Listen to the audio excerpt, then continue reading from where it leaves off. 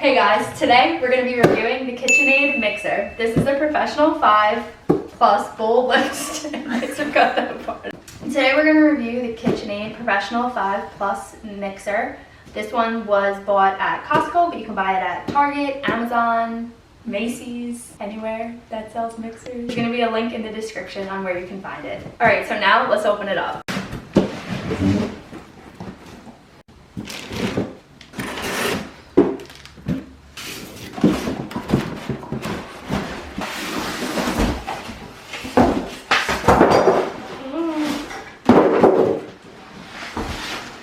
It comes with the actual stand mixer, a 5-quart bowl, a 3-quart bowl, the paddle attachment, the little dough thingamajig, a large whisk for the 5-quart bowl, a smaller whisk, which they call a combi whip to fit in the smaller bowl. And then my favorite part is this little spatula that has this hole that you can clean the whisk with. So for when you're attaching bowl on, you're gonna see these little holes and see these little things, little nipples, what are they called? These little nubs. So you're gonna put one on each side, and then it takes a little force, but you just have to push down the back to lock the bowl into, hold on, into this little groove that's gonna make it lock. And then to take it off, you could just grab the handle and pull up and it will release. To put on the attachment, you're gonna find this little metal piece right here, as well as the little alcove here. It's gonna slide up, turn, and then it's locked in. To lift up, you're just gonna pull that up. And now, to see if it works. Okay. So the mixer starts with off, stir, and then 2 through 10. 10, obviously being your fastest speed, stir being your slowest.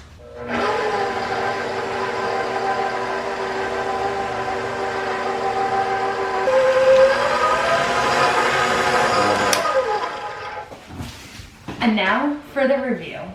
As someone who bakes more than the average person probably, I think the KitchenAid is a great investment. Negatives of it personally, it takes up a lot of counter space, but if you're someone who's using it frequently and has it out on the counter and readily available, it's great because it's right there. The only other con, and I wouldn't even call it a con, is who's ever using a speed of that? Like, why is that even necessary to be on there? But other than that, nothing but good things, great experiences. I personally use the mixer to make royal icing sugar cookies. So I can go right from the bowl to rolling the cookie dough, wash it, mix the royal icing. Everything I make is made right on here.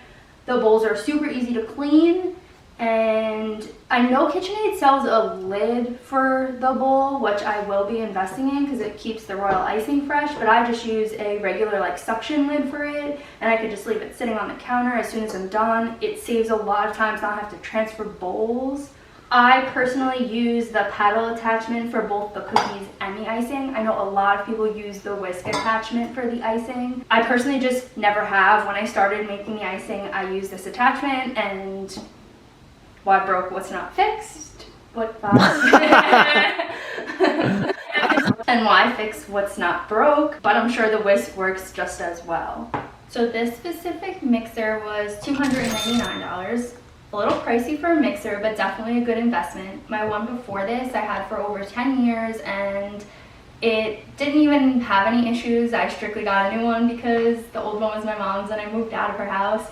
I definitely think it's a great investment for a small business or someone who's starting out baking. If you're looking for a specific color, I would check all the varying stores. It seems that each store carries a select number of colors, but they differ from Target to Costco to Sam's Club to everywhere that you can get them. Their colors vary store specific.